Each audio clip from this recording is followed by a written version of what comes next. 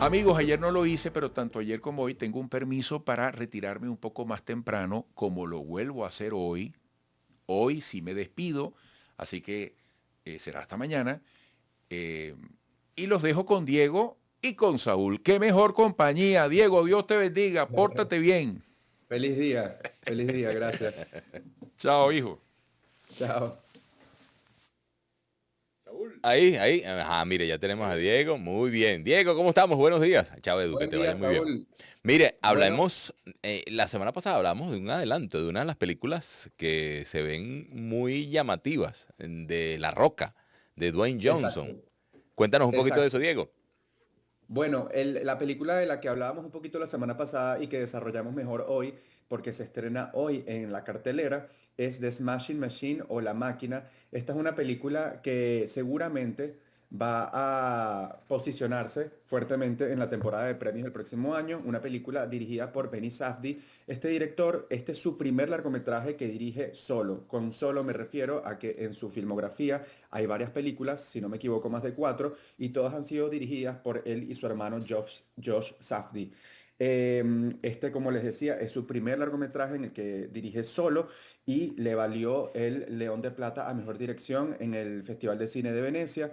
También en el Festival de Cine de Venecia, donde la película se estrenó, recibió una ovación y aplausos de más de 13 minutos, sobre todo estos aplausos dirigidos a Dwayne Johnson, que como hablaba un poquito la semana pasada y describo mejor hoy, él interpreta a Mark Kerr, una figura muy relevante en el desarrollo de la UFC a principios de los 90 o en los 90 y a principios de los 2000, eh, y lo hace de una manera muy sólida, sobre todo también apoyado en un maquillaje que lo convierte en otra persona. Este me parece uno de los grandes logros. Esta película, como les decía, desarrolla la historia de este luchador entre los 90 principios de de los 2000, pone su foco en su relación con su pareja en ese momento, con su novia en ese momento, y también su relación con los opioides, que bueno, fueron una razón importante en el desarrollo de su carrera. Me parece que la película está muy bien y como les decía, seguramente se cuela en la temporada de premios. A mí, sin embargo, sí me parece al mismo tiempo que no está tan bien desarrollado a nivel de guión el por qué Mark Kerr fue una figura tan importante dentro de la UFC y de las artes marciales mixtas. Mm. Creo que eso pudo ser mejor desarrollado porque yo, por ejemplo, como persona que quizás no conoce tanto de esto, me quedé con muchas dudas. Y creo que también otro elemento que pudo estar mejor desarrollado fueron sus personajes o la profundidad de sus personajes. También me quedé muchas dudas con respecto a las motivaciones que tenían algunos o por qué cometen ciertas acciones, pero es una historia conmovedora y muy interesante que, como les decía, está a partir de hoy en cartelera. The Smashing Machine o La Máquina. Ahora, Diego, uno entiende que hay mucho maquillaje y muchos efectos especiales en la figura de Dwayne Johnson, porque a pesar de que La Roca es papiado, como se dice normalmente, aquí lo vemos como que más grande, incluso con el cuerpo, con ese efecto de los anabólicos, todo. Es decir, hay un trabajo especial para la figura de Dwayne Johnson para encarnar a este actor, ¿correcto?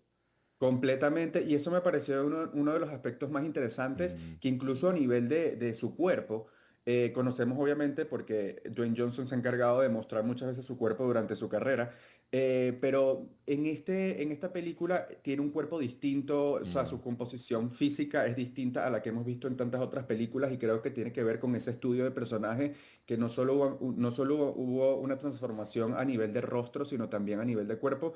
Y esto creo que vale la pena mencionarlo porque forma parte del trabajo de él para convertirse en Mark Kerr.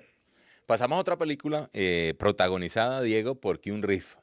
Automáticamente uno piensa de lo más reciente a un tipo malo, un tipo recio, de mucha acción. Pero aquí es todo lo contrario. Exacto. Sí, esta es una película muy interesante. La vi ayer. Es dirigida, protagonizada y escrita por Aziz Ansari. Este, seguramente muchas personas ya conozcan este nombre. Él es un comediante muy conocido que ha hecho mucho stand-up comedy y también ha hecho, por ejemplo, una serie que está en Netflix que se llama Master of None o El Maestro de Nada. Una serie que, por cierto, recomiendo si todavía no se convencen de ver esta película en cines, que por cierto ya está en cines cuando el cielo se equivoca, pueden ver primero esta serie que está en Netflix, que es muy divertida. Este es su primer largometraje como director y él interpreta también, porque como les decía, lo protagoniza a una persona que está muy descontenta con su vida porque tiene muy pocas oportunidades en comparación con otras personas que parecen tenerlo todo y entra en esta fórmula un ángel de la guarda que interpreta, como bien decía Saúl, Keanu Reeves, y este ángel de la guarda no convencional lo invita a ver las oportunidades que tiene dentro de su propia vida con las limitaciones que por supuesto existen para valorarla tal como es. Pero está abordado desde la comedia y al mismo tiempo es una película muy filosófica porque a pesar de que parece aleccionadora en lo que digo de su sinopsis, es una película que profundiza muchísimo sobre las complejidades de vivir con limitaciones económicas. eh, entonces, bueno, es una es una recomendación, una película que yo no esperaba ver, que no tenía mucho en mi radar, pero que me encantó. El título, para recordárselos, es Ujú. Cuando el cielo se equivoca y está a partir de hoy en cines. Dieguito, finalizamos además, hablamos de un grande como es Keanu Reeves, tenemos que hablar de Diane Keaton, que partió de este plano terrenal hace poquitos días, pero sin duda alguna dejó una huella en el séptimo Sí. arte, además como una de las grandes actrices de Hollywood.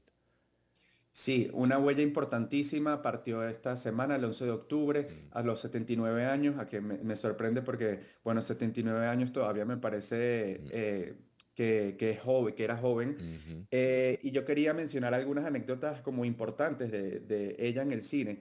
Por ejemplo, que en El Padrino conocemos muchísimo que Al Pacino interpreta a Michael Corleone, por supuesto, el protagonista de la historia, pero importantísimo reconocer que fue Diane Keaton primero la que fue escogida para el reparto.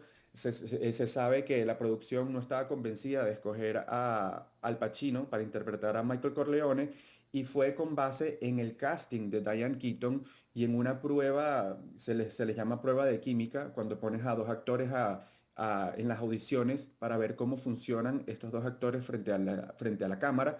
Fue con base en esta primera decisión de Diane Keaton para el reparto de El Padrino que luego escogieron a Al Pacino. Esto lo mencionaba ella en varias entrevistas y me parece muy curioso porque, bueno, fueron ellos dos una pareja muy importante dentro de la película y dentro del cine de forma general. Otra anécdota interesante u otro dato interesante por mencionar es de Annie Hall, la película por la que ella ganó el Oscar a Mejor Actriz. El título de la película, dirigida por Woody Allen, de quien ella fue pareja por muchos años, se debe a que el nombre real de ella es Diane Hall. Ese es su nombre real. Ella lo convirtió en Diane Keaton. Keaton es el apellido de su madre por razones artísticas, pero justamente en ese nombre original de ella se basó Woody Allen para crear la película y a su personaje, que bueno, es por supuesto muy icónico y se ha convertido en un clásico. Y otro dato interesante que me gustaría mencionar es que ella tenía varios proyectos en desarrollo, en preproducción. Uno de ellos se llamaba The Making of, que por supuesto ya no se podrá ejecutar porque no había sido Obviamente. rodada la película. Y en esta película ella iba a interpretar a una mujer pareja de Richard Gere.